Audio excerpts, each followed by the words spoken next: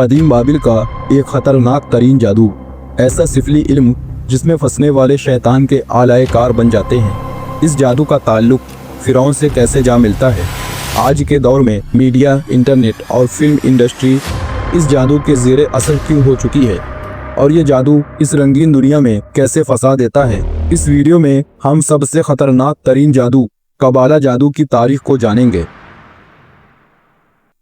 ہماری اس دنیا کے متوازی اور یکساں ایک دنیا اور بھی موجود ہے، جہاں خیر اور شر کی جنگ مسلسل جاری ہے، لیکن ہماری آنکھیں اسے دیکھنے سے قاصر ہیں۔ اس کی مثال اس طرح دی جا سکتی ہے جیسے مختلف قسم کے سگنلز ہر وقت ہمارے ارد گرد موجود تو ہوتے ہیں، لیکن ہمیں دکھائی نہیں دیتے، مگر ٹیلی ویژن کے اندر وہ خاص ریسیورز لگا ہوتا ہے جو ان سگنلز کو کیچ کر کے ویڈیو میں تبدیل کر دیتا ہے، اور پھر ہم اسے اپنی آنکھوں کے ذریعے ویڈیو کی صورت میں دیکھ سکتے ہیں۔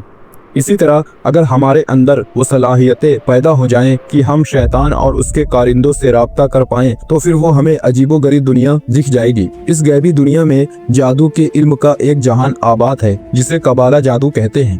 قبالہ دراصل قدیم بابل کا ایک شیطانی علم ہے جو مخصوص اعداد و شمار اور علامات کے ذریعے کیا جاتا ہے۔ قبالہ جادو سے جڑے لوگوں کی دنیا باہر سے تو رنگین اور حسین خوبصورت نظر آتی ہے، لیکن اندر سے بہت گھناؤنی ہوتی ہے۔ دراصل قبالہ جادو شیطانیت اور سفلیات کے متعلق ہے، جسے مختلف نشہ آور چیزوں، جادوئی عملیات اور ہپنوٹزم کے ذریعے دماغ اور لوگوں کی سوچ کو کنٹرول کیا جاتا ہے۔ یہی وجہ ہے قبالہ کو جادوئی دنیا کا سب سے خطرناک جادو مانا گیا ہے۔ قبالہ جادو کی ابتدا بابل کے ہزاروں سال پرانی تہذیب سے شروع ہوئی تھی، اور جادو کی اس قسم نے اتنی ترقی کی کہ آہستہ آہستہ ایک خفیہ مذہب میں تبدیل ہو گئی، اور پھر وقت گزرنے کے ساتھ یہ ایک پوری تہذیب کی شکل میں ڈھل گیا۔ جبکہ کچھ محققین کے مطابق قبالہ جادو کی ابتدا بنی اسرائیل سے ہوئی تھی۔ تاریخ کے مطابق جب یعقوب علیہ السلام کے فرزند حضرت یوسف علیہ السلام کو مصر کی حکومت عطا کی گئی، تو آپ نے اپنے تمام بھائیوں اور رشتہ داروں کو مصر بلا لیا تھا، اور یہ لوگ یہاں آ کر آباد ہو گئے۔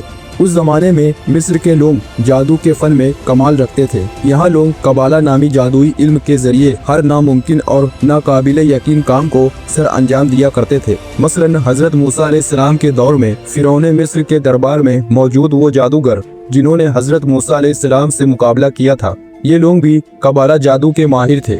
اسی طرح گوسالہ پرستی اور اپنے جادو سے لوگوں کو شرک میں مبتلا کرنے والا سامری جادوگر اس قبالہ جادو کا استعمال کیا کرتا تھا۔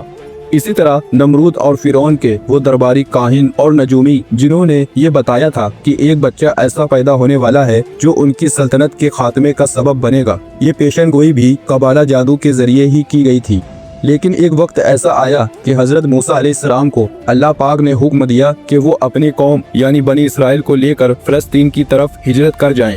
لہٰذا حضرت موسیٰ علیہ السلام بنی اسرائیل کو سمندر کے راستے نجات دلوا کر مصر سے نکل گئے، اور فرعون اپنے لشکر سمیت سمندر میں غرق ہو گیا۔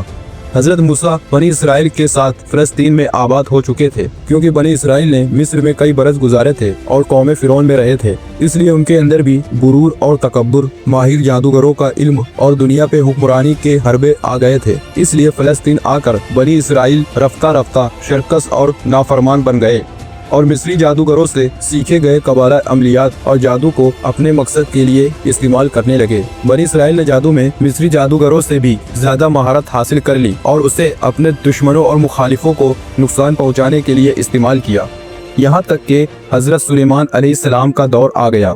اللہ پاک نے آپ کو عظیم الشان سلطنت کے علاوہ جنات پر بھی حکومت عطا فرمائی تھی، لہٰذا جب حضرت سلیمان علیہ السلام کی وفات ہوئی تو بنی اسرائیل کو قبالہ جادوگروں نے لوگوں کو ورگلانا اور بہکانا شروع کر دیا، اور انہیں بتایا نعوذ باللہ سلیمان علیہ السلام کے پاس قبالہ جادو کا علم تھا، جس کے ذریعے وہ جنات کو اپنے قابو میں کر لیا کرتے تھے۔ لہٰذا یہودی وہ جادوگروں کی باتوں میں آ کر قبالہ جادو کو روحانیت کے طور پر سیکھنے لگے، یہاں تک کہ جادو کی کتابوں کو مقدس کتابوں کا درجہ دے دیا گیا اور اسے ہیکل سلیمانی میں رکھ دیا گیا۔ مسلسل اللہ کی نافرمانیوں کی وجہ سے اس قوم پر اللہ کا عذاب نازل ہوا، اور یہودی ریاستوں پر بغنصر اور ٹائٹس رومی نے 2 تباہ کن حملے کیے، جس میں ہیکل سلیمانی مکمل طور پر تباہ ہو گیا۔ لاکھوں یہودی قتل عام ہوئے، اور جو زندہ بچے وہ مجبوراً فلسطین چھوڑ کر دوسرے علاقوں میں ہجرت کر گئے۔